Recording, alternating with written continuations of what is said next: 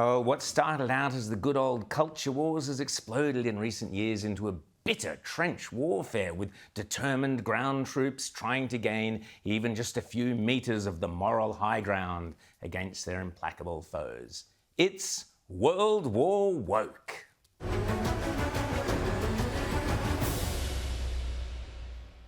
Well, the one man I would want to have in the trenches for World War Woke is right here, and it's Tim Blair, the Daily Telegraph's brilliant satirical Tim Blair, with your blog. Yep. You're the man. You're the first port of call in the culture wars. Now, listen, let's talk about a couple of things here. So, apparently climate change, as you know, is responsible for destroying many things. Everything. Yeah. What do you think about the idea of it being responsible for getting rid of rock festivals? I love it. You love it?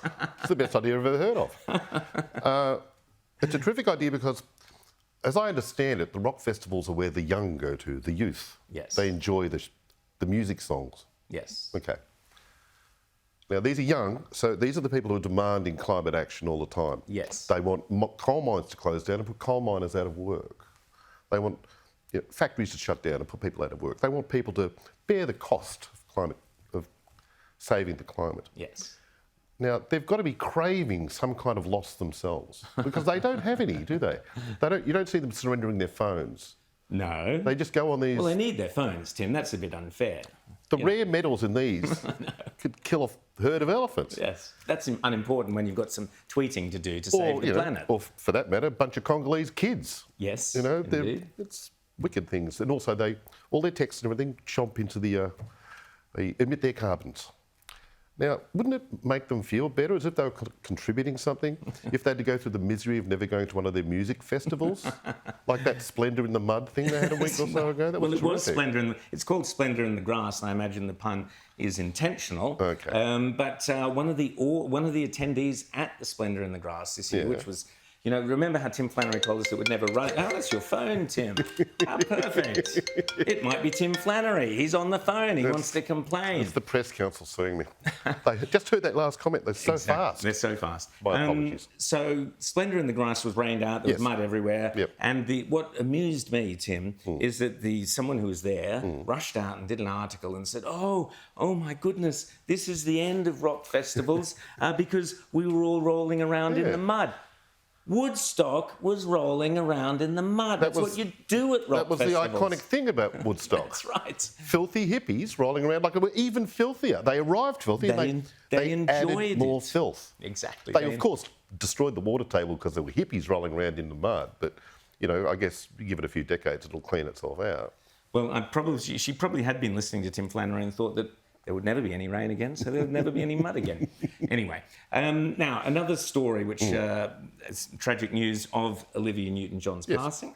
A story by Sarah Vine in which she claims that, yes, everyone's getting upset, or quite rightly sympathising that Olivia Newton-John has passed away, but she claims that today Greece would never, ever see the light of day. And she says, quote, the lyrics are too rapey. Yes. There's a date rape scene in there. Yep. Tell me more.